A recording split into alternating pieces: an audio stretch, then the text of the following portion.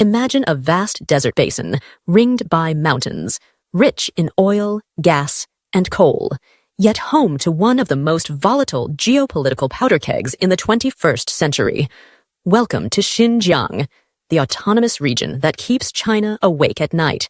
It borders 8 countries, holds 26 million people, and has become both Beijing's economic lifeline and its security nightmare. But why is China pouring billions into this remote region, tightening its grip with an iron fist? The answer reveals a high-stakes chessboard of power, resources, and identity. The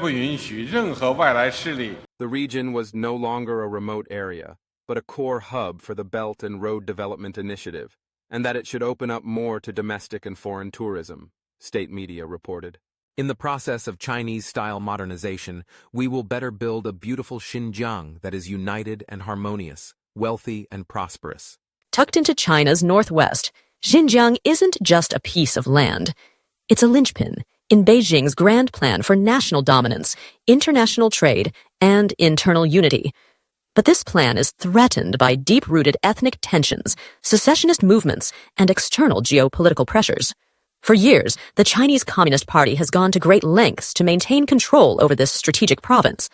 And as we unravel the layers of Xinjiang's historical, military, economic, and symbolic significance, it becomes clear. Losing Xinjiang wouldn't just be a political embarrassment for China. It could unravel the very fabric of its global ambitions. History and ethnic identity. Xinjiang, officially the Xinjiang Uyghur Autonomous Region, is China's largest administrative division. It spans over 1.6 million square kilometers, roughly 3 times the size of France. Yet, only about 4.3% of its land is habitable, housing a population of 26 million as of 2022. At its heart lies the Uyghur people, a Turkic ethnic group with a distinct language, culture, and Islamic faith. For centuries, Xinjiang was a crossroad of empires and trade routes. It has been ruled by various powers, including the Mongols, the Qing dynasty, and briefly, independent Turkic Islamic republics in the 20th century. The Uyghurs have long dreamed of an independent East Turkestan, a nation-state free from Chinese rule. But those dreams have been repeatedly crushed, first by the Qing Empire, then the Kuomintang, and most forcefully by the Communist Party after 1949. In that year, PLA General Wang Zhen led a campaign to suppress the final sparks of Uyghur resistance. Since then, a complex dance of assimilation, surveillance, and suppression has unfolded. Beijing has poured money into infrastructure and development, while simultaneously cracking down on any expression of separatist identity. Over the years, violent uprisings, terrorist incidents, and mass protests have erupted, only to be quelled by military force. Strategic military frontier. Beyond culture and identity, Xinjiang is militarily irreplaceable. Its vast borders touch 8 nations: Russia, Kazakhstan, Kyrgyzstan, Tajikistan, Afghanistan, Pakistan, India, and Mongolia. That's over 5,700 kilometers of borderlines, making Xinjiang China's ultimate geopolitical buffer zone. But it's a buffer that bleeds.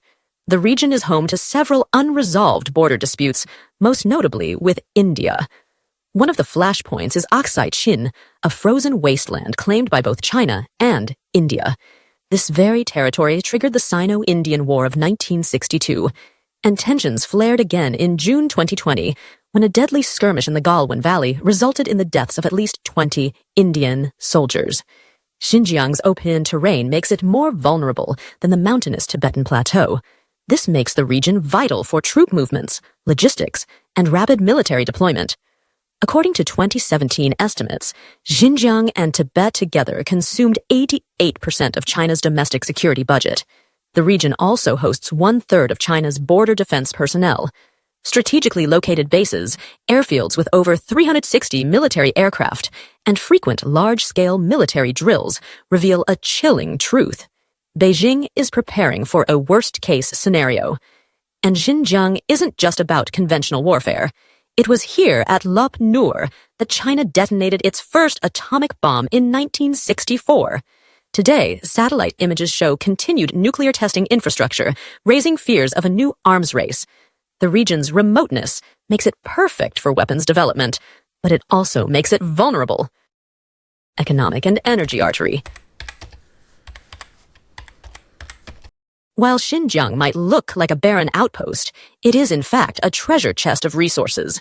It holds 6.72 billion tons of confirmed oil reserves, 15% of China's total.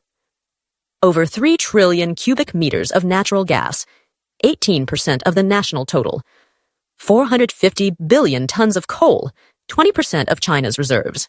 For more than 2 decades, these resources have fueled China's booming eastern cities. The energy extracted from Xinjiang travels through intricate networks of pipelines, railroads, and highways to power Shanghai, Beijing, Guangzhou, and beyond.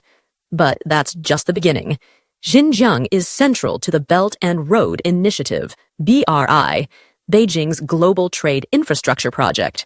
The region hosts over 20 land ports and 3 international airports. It forms a vital junction along multiple BRI routes that link China to Central Asia, the Middle East, and Europe. 2 major pipeline networks originate here. One from Central Asia, Turkmenistan, Uzbekistan, Kazakhstan. Another from Russia. Both converge at Korgos, Xinjiang's key border city.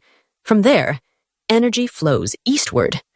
Disrupt this flow, and China would be forced to rely entirely on maritime oil routes, exposing its economy to weather, pirates, and the U.S. Navy. Symbol of power and unity. For Beijing, Xinjiang is more than territory. It's a totem of national unity. The Communist Party's ability to transform a rebellious hinterland into a modernized stronghold is a cornerstone of its legitimacy. Since the 1940s, the government has invested in turning Xinjiang into a showcase of development. Modern cities, railways, and high-tech industries have emerged. But beneath the surface lies an obsession with control. The fear: if Xinjiang breaks away, other regions like Tibet and Hong Kong might follow.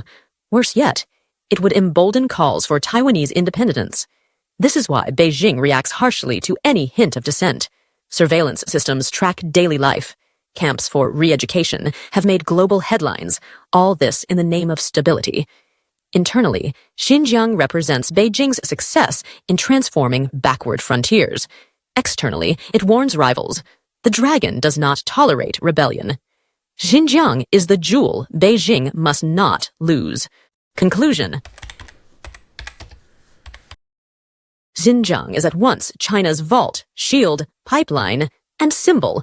It holds the resources that keep factories running, the highways that link continents, and the battlegrounds that could spark war. Beijing has every reason to pour money, soldiers, and ideology into this land. But this tight grip comes at a price. Ethnic repression, global condemnation, and the risk of internal collapse haunt China's western frontier. And so, the question remains: will Xinjiang be the cornerstone of China's global rise, or the fault line of its downfall? If you found this video insightful, hit the like button, subscribe, and share it with someone interested in geopolitics. What are your thoughts on Xinjiang's future? Let us know in the comments, and stay tuned for more deep dives into the world's most important power struggles.